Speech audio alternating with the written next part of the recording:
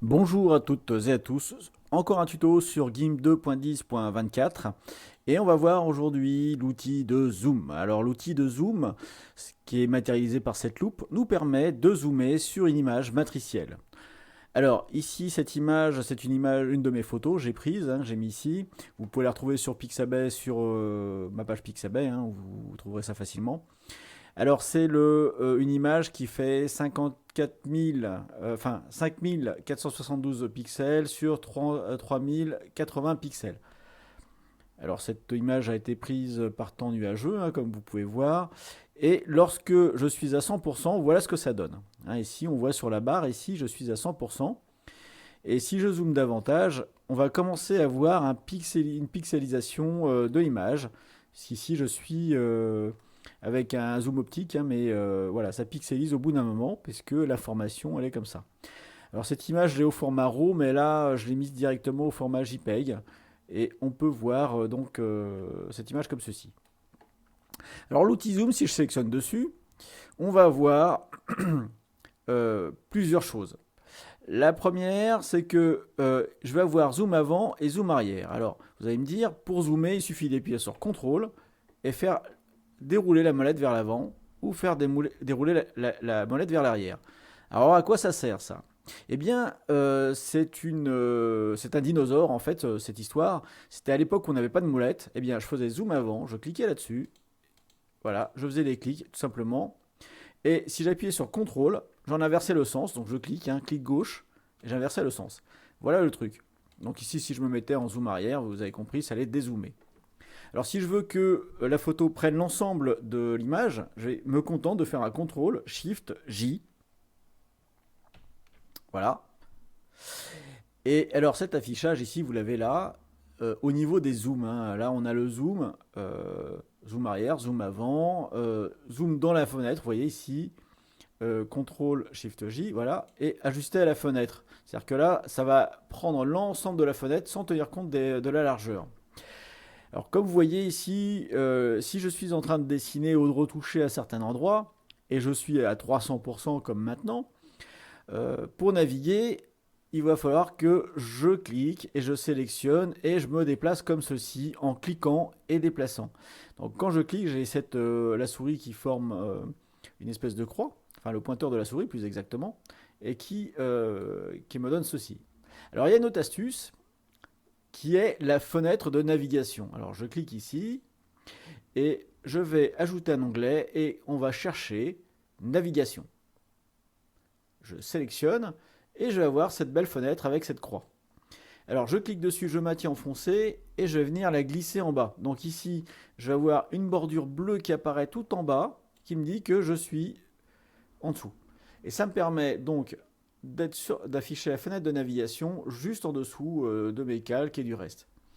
Alors si je veux la réduire, je vais me mettre tout simplement avec le curseur entre les deux fenêtres, j'appuie bouton gauche et je descends. Et là évidemment on peut dézoomer, zoomer avec le plus, appuyer sur 1 pour retrouver la taille originale à 100%, vous voyez ici 100% l'affichage. Et là on va avoir facteur d'ajustement pour que tout soit visible, le fameux CTRL majuscule J, pour que ça prenne toute la fenêtre, et celui-ci réduire la fenêtre d'affichage à la taille de l'affichage de l'image. Et j'ai l'impression que ça et ça fait exactement la même chose. Voilà.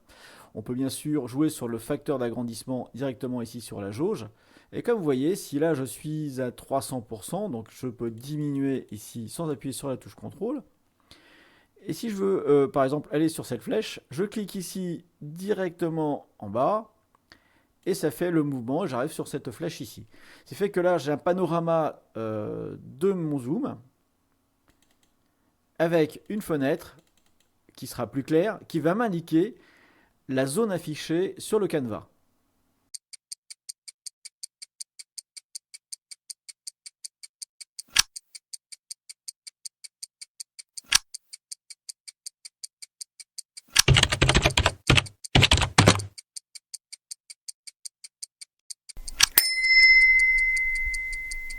Alors pour finir sur le zoom, je vais revenir ici sur j'ai Comme vous voyez ici, j'ai donc mon calque. Et le zoom se fera sur l'ensemble de l'image. Donc ça ne fera pas sur un calque. Donc si j'ajoute ici, je superpose pour construire une image finale, ça va zoomer l'ensemble du canevas. Alors il va y avoir aussi cette petite encoche ici qui est auto-redimensionner la fenêtre, qui est complètement inopérant. Alors je dis qu'il est complètement inopérant parce qu'il est censé normalement de permettre au canevas de s'adapter à la taille de l'image modifiée par le zoom. Donc il doit s'agrandir. Alors je me suis dit, bon, je réduis mon canevas, j'agrandis mon canevas, c'est bien, mais est-ce que ça va changer quelque chose? Et je mets un zoom, etc. Alors ça change rien. Au niveau des fenêtres, si je me mets en mode fenêtre unique, je dis c'est peut-être parce que je suis non pas en fenêtre unique, mais euh, voilà, je suis en mode fenêtre unique et c'est pour ça que ça marche pas. Et non, alors regardez, je suis toujours en adaptation. Et là, lorsque je fais un contrôle majuscule J, c'est-à-dire pour adapter l'image, eh bien ça ne marche pas. Alors je contrôle, continue ici en adaptant la totalité du canevas. Et là, peut-être que ça peut fonctionner. Alors, je réduis ici, hop, je vais réduire le canevas. Mais bon, honnêtement, c'est une option que je pense complètement obsolète et qui ne marche pas. Donc je vais me contenter ici de me repasser en fenêtre multiple. Vous amusez pas à ça parce que comme vous voyez après pour récupérer la fenêtre, bon bah il faut venir ici et repasser en mode fenêtre unique. Ça vous refait une reconstruction de votre GIMP tel qu'il était, mais voilà. Donc maintenant, vous avez la possibilité d'avoir ou pas, hein, c'est à vous de voir si vous avez besoin, mais c'est bien pratique lorsqu'on fait des détourages, par exemple ici, avec un outil comme on avait déjà pu le voir, soit le lasso pour le faire la dégueulasse. Voilà, donc ça nous permet de suivre en zoomant ici. Alors, c'est aussi la possibilité, avec le bouton au milieu, de le faire. Mais vous avez maintenant les outils nécessaires pour pouvoir eh bien, zoomer et naviguer dans votre image. Voilà, il n'y a pas plus de choses à dire. J'espère que ce tuto vous aura été quand même un petit peu utile. N'oubliez pas de vous abonner si ce n'est pas encore fait, de me mettre un petit pouce bleu, me lâcher un commentaire, et puis ma foi, la bise et bye bye.